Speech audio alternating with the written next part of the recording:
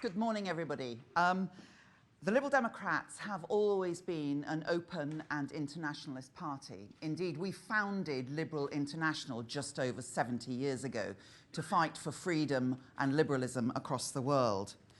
We understand, perhaps better than many others, in the Brexit debate that there are too many issues in our lives that go well beyond the borders of our country.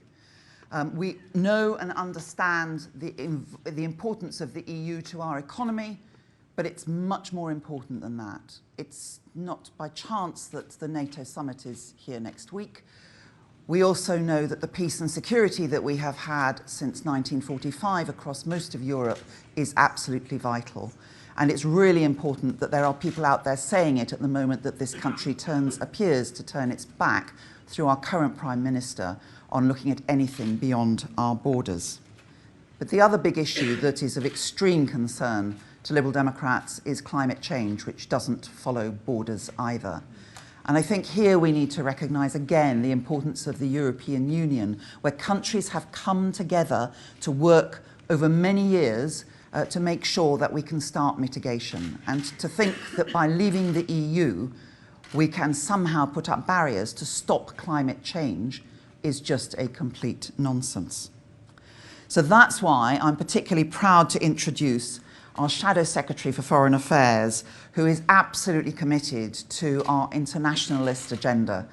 Chuka Umunna, you are very, very welcome.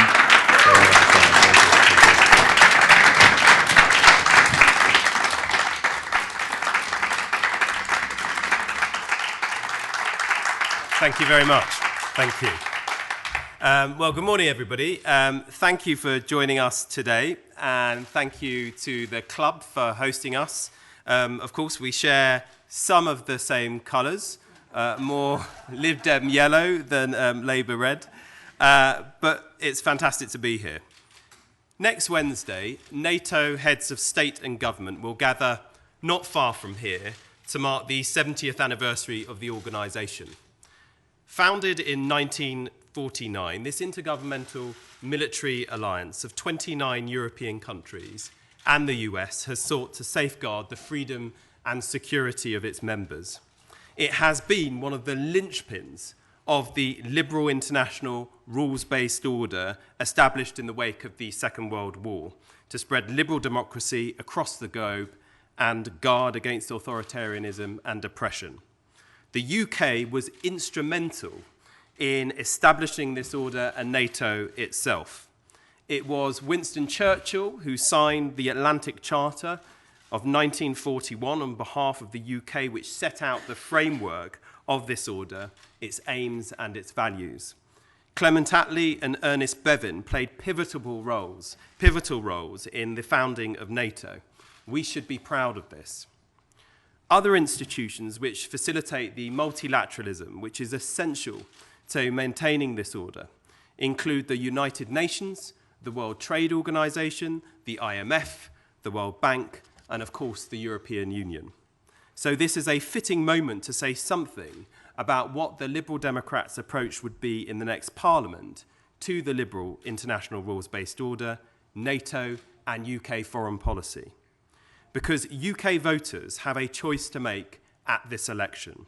Give a majority to Boris Johnson, a man who is determined to take us out of the European Union, who has chosen to align with right-wing authoritarian nationalist forces who are opposed to the liberal international rules-based order, or elect as many Liberal Democrat MPs as possible, necessary to deprive Johnson of a majority and ensure the arithmetic in a new House of Commons can deliver a people's vote and pave the way to secure not only Britain's place at the heart of Europe, but as a world leader too.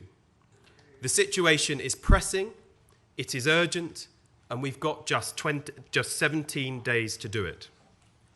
Let me start by underlining our commitment to NATO, which has been a cornerstone of the defence of our country. Alongside our fellow NATO ally France, we are the most capable military power in Europe. Our intelligence gathering capacity remains indispensable. Our membership of the Five Eyes Intelligence Partnership makes us a global leader in the fight against terrorism.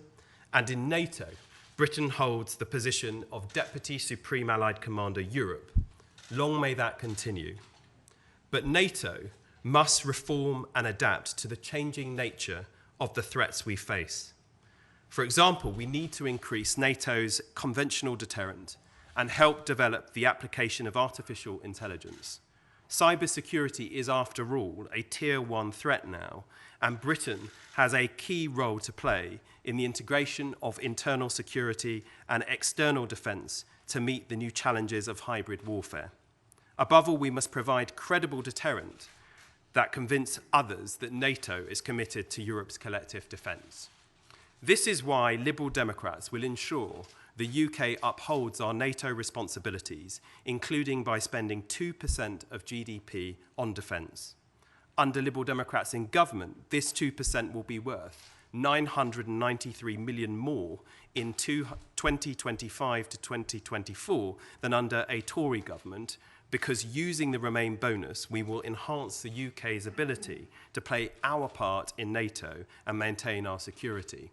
In so doing, we will ensure the men and women in our armed forces have the support and resources they need to do their jobs.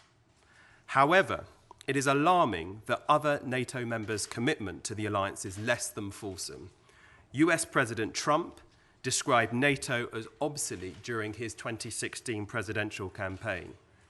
President Macron, quite rightly, cited Trump's failure to consult NATO allies before his abrupt decision to pull forces out of northern Syria as evidence of the US's waning commitment to the alliance.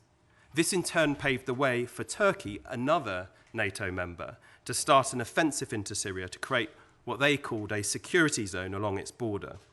And consequently, out of some exasperation, President Macron described NATO as brain dead and warned European countries that we can no longer rely on America to defend NATO allies. No one is more happy to see this state of affairs than President Putin of Russia, an active opponent of NATO, which suspended contact with his government over the annexation of Crimea in 2014. Of course, President Putin, President Erdogan of Turkey, and Trump not only share a poor regard for NATO, they share a certain type of politics: right-wing, conservative, nationalist, and authoritarian. It is Trump, perhaps more than any other, who has taken this politics mainstream in the Western world. In his words and deeds, he has been unafraid to engage in bigoted, racist, sexist, and Islamophobic behaviour, to lie and to break the law.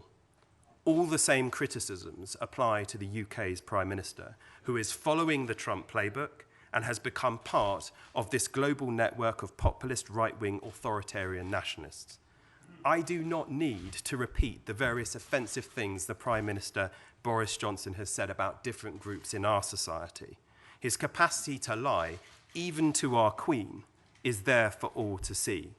He unlawfully sought to shut down our legislature. He refuses to publish a parliamentary intelligence and security report into Russian state interference into our democracy, in spite of the fact a former Conservative Attorney General chairs the committee, a former head of MI5, the former National Security Advisor, and a former head of the Civil Service all say it should be published.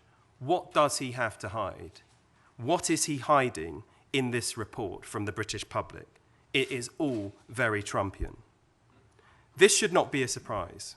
We know that before this election, Boris Johnson was regularly in touch with and took advice from Steve Bannon, the man who was instrumental in seeing Trump and his unedifying brand of politics into the White House.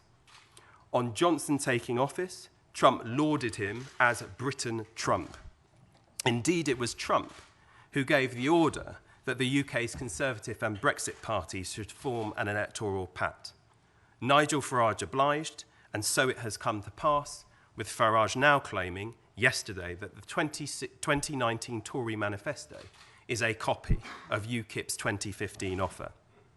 So giving Johnson a majority would be to give carte blanche to this type of politics in the UK, something that should worry us all and should be strongly resisted.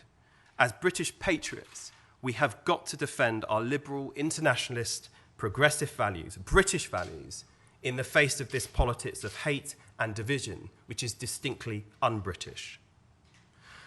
Now, of course, our partnership with the US, our closest ally, is bigger than one man and will endure in spite of Trump. It is a partnership that has defined the West's foreign policy, forged in 2 world wars, the Cold War, and more recently in the fight against Islamic extremism.